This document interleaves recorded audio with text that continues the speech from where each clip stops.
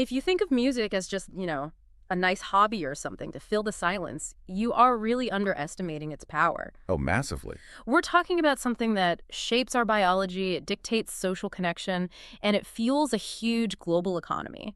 This isn't just art, it's more like an operating system for humans. That's a great way to put it. Music is this universal force, Mm. but the effects are uh, surprisingly quantifiable. Mm. We're not here to talk about taste. No. We're getting into the science, the history, and the cold, hard facts of how music is just wired into us. So, our mission today is to cut through the noise. We want to give you the key facts, the surprising insights that explain why music matters so much. We're unpacking the science, the history, and its real world impact. Well, let's start with the most immediate impact then. What happens inside your head the moment you hear a song? Okay, this is where it gets really interesting. When you listen to music, your brain doesn't just process it passively. Yeah. It's like a full orchestra firing all at once. Right. Your auditory cortex is obviously hearing the sound, but immediately your motor cortex starts responding to the rhythm. Even if you're sitting perfectly still. Exactly. Part of your brain is already tapping its foot. And that engagement, it actually changes you physically. It's not just temporary. How so? Well, studies show that if you play an instrument consistently, you can physically increase the size of certain brain regions. You're building new, more efficient neural connections to manage things like reading notes and moving your fingers at the same time. That explains the mechanics, but what about that sudden emotional punch? You hear a song from years ago and boom, you're right back there. That's the limbic system. It's the part of your brain that handles emotion and memory, and music has like a direct hotline to it. So it bypasses conscious thoughts. It often does. That's why a song can make you feel happy or sad instantly, sometimes before you even realize why. Which suggests that music training has to be amazing for schoolwork, too. It's so much more than just an elective. Oh, it's essential. Think about it. Learning to read sheet music is basically like decoding a new language. You're translating symbols into action. Immediately. Uh, And beyond that, just the discipline of practice builds skills like time management and organization. and memory, I assume. For sure. Memorizing long, complicated pieces strengthens your memory. But the biggest benefit is probably the boost to what's called spatial temporal reasoning. Okay, that's a big phrase. Can you break that down for us? Yeah, of course. Spatial temporal reasoning is basically the ability to see patterns and visualize how things fit together in space and time. Like solving a puzzle or a math problem. Exactly like that. That's why musicians are often good at visualizing the steps to solve a complex problem or even just reading a map. It uses the same mental muscles. What's also fascinating is that you don't even have to be a performer. Just listening to background music can help you study. But there's a catch, right? There is. For it to work, the music usually needs to be instrumental and, this is key, kept at a low volume, What's the sweet spot? around 60 decibels. Yeah.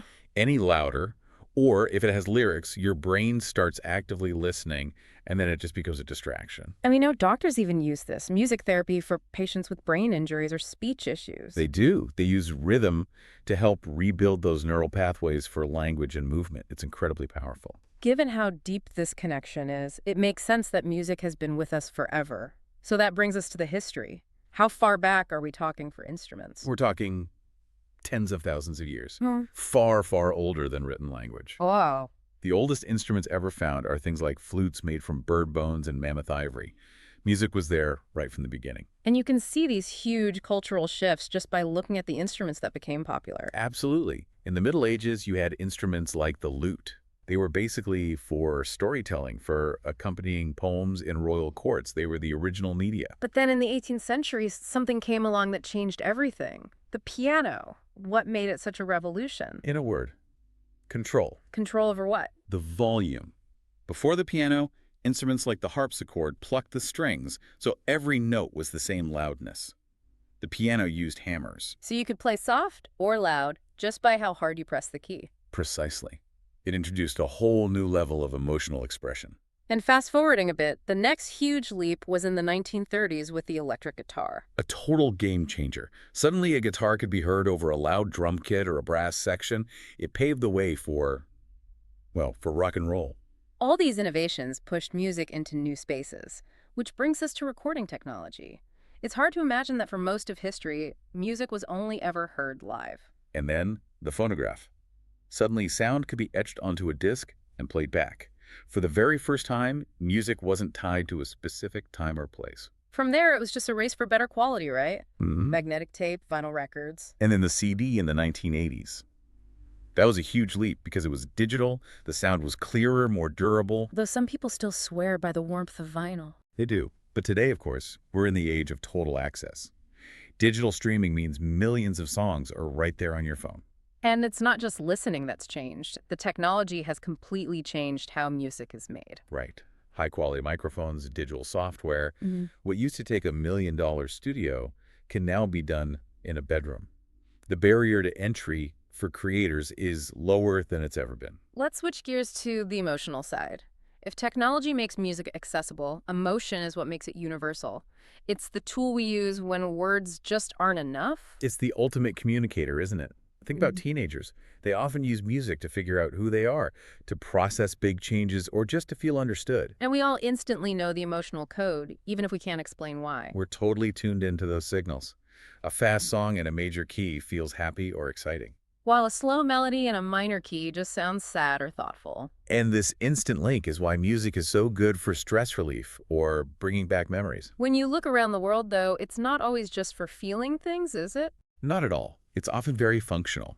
In many African cultures, for example, certain drum patterns are used for long-distance communication, to language. And in the British Isles, folk music was a way to keep history alive. Yes, the songs told stories of historical events or the lives of ordinary workers. In Asia, meanwhile, music is often tied very deeply to spiritual practice or seasonal festivals. And it's the blending of all these traditions that gave us modern American music. It is the ultimate fusion. You take African rhythms, European harmonies, and local stories, and you get something entirely new, like blues and jazz. So music has always been a storyteller. Always. Mm. Ballads are literally songs that tell a story. Yeah. And film composers have perfected this with something called the leitmotif. I love that idea. It's a recurring theme for a character or an idea, right? Exactly. It's why you hear the villain's theme music before you even see them. The music is telling you what's coming, helping you follow the story and the emotion. And what's wild is that this precise emotional system is actually built on something really rigid. Right. Math. Let's break this down simply, because it sounds complicated. How is a beautiful melody actually just numbers? Well, every single musical note is just a specific vibration, a frequency.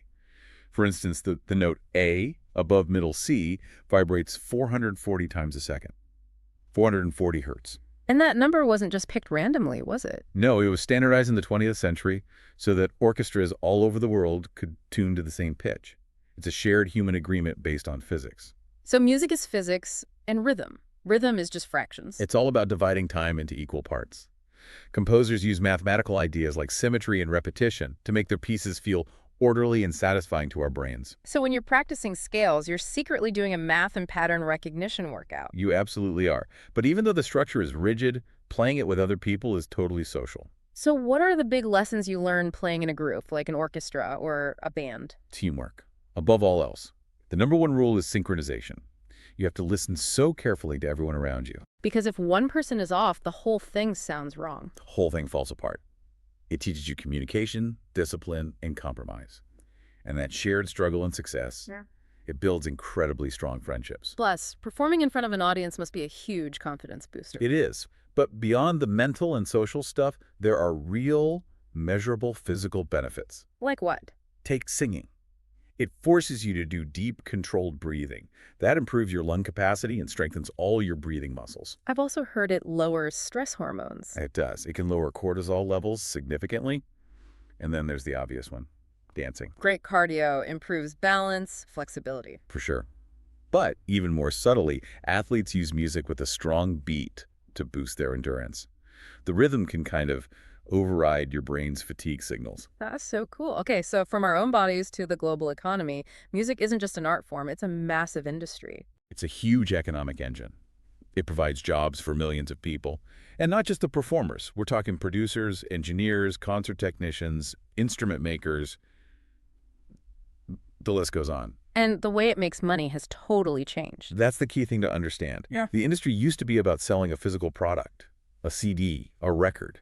Now it's about access through streaming. which shifts the power from the record labels to the tech It platforms. does. And it makes live events like concerts and festivals more important than ever. They generate billions in ticket sales, tourism, everything. And then there's music publishing. Right, which is the part of the industry that makes sure songwriters actually get paid when their work is used. The sheer size of this whole ecosystem just proves how much we value music as a society. So if you're listening to this, what does it all mean for you? If music is this important, how do you even start? Just jump in. Your school probably has a choir or a band. You could try an instrument like the ukulele or keyboard. They're great for learning the basics. And you don't need expensive lessons to start. There are thousands of amazing free tutorials online for pretty much any instrument. And here's some practical advice.